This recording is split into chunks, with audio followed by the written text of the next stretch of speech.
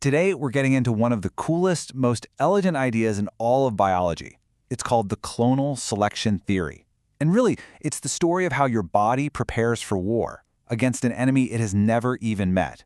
It's an absolutely genius battle plan. So let's just start with this fundamental question. Really think about it for a second. Some new virus or bacteria gets into your system for the very first time. Your body has no file on it, no record, nothing.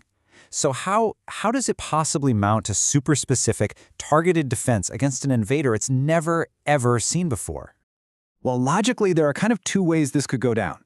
You've got the made-to-measure idea, which is like a blacksmith waiting to see the dragon before forging the perfect sword. It's custom, sure, but it's also really slow. Then there's the ready-made approach. This is more like having a giant armory already stocked with every possible weapon you could ever need, just waiting to be picked up. So which path did nature take? Well, it turns out nature is all about being prepared. It went with the ready-made defense, and this incredible solution is what the clonal selection theory is all about. Now, the idea had been floating around, but it was Sir MacFarlane Burnet who really put all the puzzle pieces together into this one beautiful theory. So what is it exactly? At its core, the theory is just stunningly simple. Your body doesn't waste precious time trying to build a new defense from square one. No, instead, the invader itself, get this, selects the one cell that's already perfectly made to destroy it. And once that cell is selected, it gets one order. Clone yourself. Build an army. That's it. Select and clone. It's that crucial. And this is exactly why Burnet's work was so revolutionary. This single idea manages to explain the three huge hallmarks of our adaptive immune system. Its laser-like specificity for one target, its incredible long-term memory, and, just as important, its tolerance for our own body. Okay, so to really get how this works, we need to meet the soldiers. Let's talk about the stars of our show here, the B cells. But don't think of them as just one army. Think of them as a massive, living library filled with millions of different, highly trained specialists. The scale of this is it's mind-boggling. Your body is constantly churning out millions of different types of B cells. And here's the key. Each one has a totally unique receptor on its surface. This means you have a standing army of millions of specialists, where each soldier is just waiting for the one specific enemy it was designed to fight. It's proactive defense on a whole other level. All right, so you've got this library of soldiers just waiting around. What happens when an invader actually shows up? Well, this is where the four-step battle plan kicks into gear. So step one is the encounter. The encounter gets in, covered in these unique markers called antigens. Think of them as the enemy's uniform. Step two, selection. The pathogen just floats around until, by chance, it bumps right into the one B cell with a receptor that's a perfect match. That's the moment of selection. Then step three, proliferation. This is the cloning part.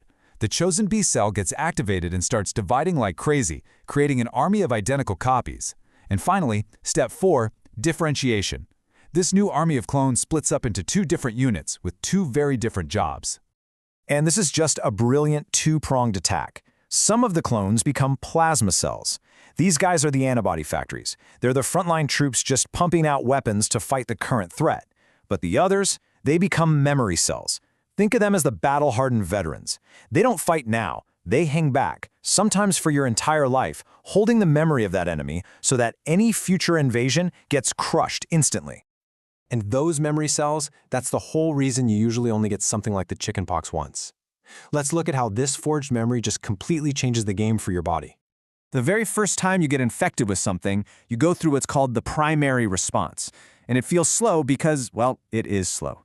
Your body has to go through that whole search and rescue mission of finding the one right B cell out of millions and then building an entire army up from just a single soldier. That's why you feel sick for a while. But if that same bug ever tries to come back, it's a whole different story. This triggers the secondary response. Thanks to that army in waiting of memory cells, the reaction is unbelievably fast and powerful. The army gets mobilized so quickly that the invader is usually wiped out before you even feel a single symptom. You don't get sick because the war was won before you even knew it started. And it gets even more amazing than that.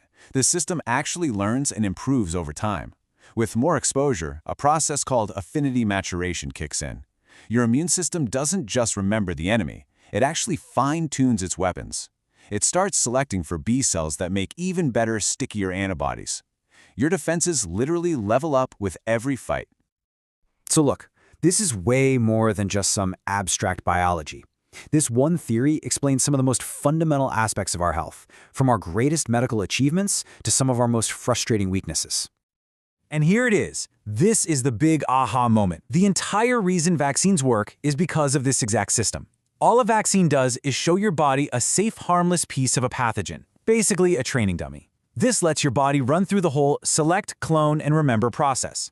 It lets you build that powerful army of veteran memory cells, all without ever having to fight the real dangerous war. It's a brilliant workaround.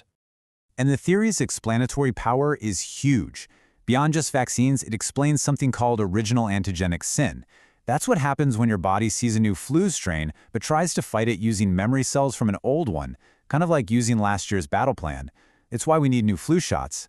And maybe most importantly, it explains self-tolerance, that critical safety check that gets rid of any B-cell recruits that might accidentally target our own bodies. You know, this quote from the source material really just nails the beautiful logic of the whole system. Why would you waste all that time and energy starting from scratch with a new, naive B-cell every single time? Relying on memory is all about being efficient, about launching the fastest, strongest response you possibly can. The entire purpose of this incredible, powerful system is built on one simple rule: tell the difference between you and the enemy. But that leaves us with one last, chilling question. What happens when this elegant process of selection and cloning gets it wrong? What happens when the system turns all that power inward and selects us as the enemy to be destroyed?